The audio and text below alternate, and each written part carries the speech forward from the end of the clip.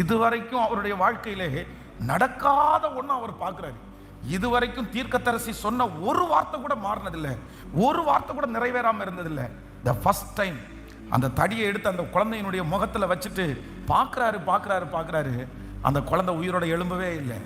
திரும்ப அந்த தடியை எடுத்துட்டு எதிர்கொண்டு ஓடி வந்து தீர்க்கதரிசியை பார்த்து சொல்றாரு, பிள்ளை இன்னும் பிழைக்கலப்பா, நீங்க சொன்னது மாதிரி எல்லாம் செஞ்சுட்டேன், ஆனா வாக்குத்தத்தம் நிறைவேறல, வார்த்தை நிறைவேறல. திருப்பி கேயாஸ் விட்டுட்டு ஊழியக்காரர் போய் அந்த குழந்தைய உயிரோட எழுப்புற அந்த சம்பவத்தை வாசிக்கிறோம். மூன்றாவது என்ன சூழ்நிலை அப்படின்னா, நம்ம நிறைய பேர் ஆண்டவருடைய வார்த்தைக்கு கீழ்ப்படிஞ்சோம், ஆண்டவருடைய சமூகத்தில் என்ன முழுசும் விட்டு கொடுத்தோம்.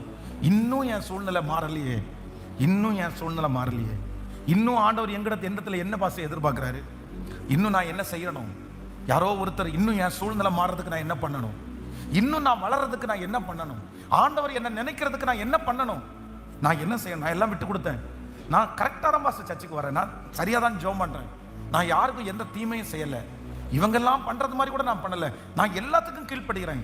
ஆனால் என்னுடைய வாக்குத்தத்தம் நிறைவேறல இல்லை.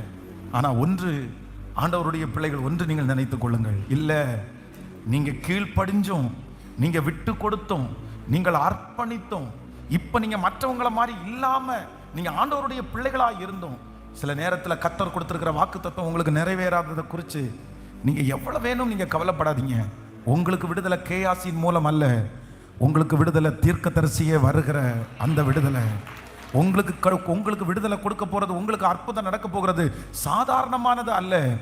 ஆண்டவர் உங்களுக்கு வந்து அசாதாரணமானதை, யாருக்கும் கிடைக்காத ஒரு செல்வாக்க, யாருக்கும் கிடைக்காத ஒரு மகிழ்ச்சியை, ஆமென், அந்த தீர்க்கதரிசியே அந்த மகளுக்காக வருகிறது போல கர்த்தர் உங்களை எல்லாரை காட்டிலும் ஒரு மேன்மையான அற்புதத்தை கர்த்தர் தருவதற்காக, மேன்மையான ஒரு உயர்வை தருவதற்காக தான் கர்த்தர் இந்த சூழ்நிலையை அனுமதித்திருக்கிறாரே தவிர அவர் உங்களுக்கு சொன்னதை செய்யும் அளவும் அவர் கைவிடுவது இல்லை.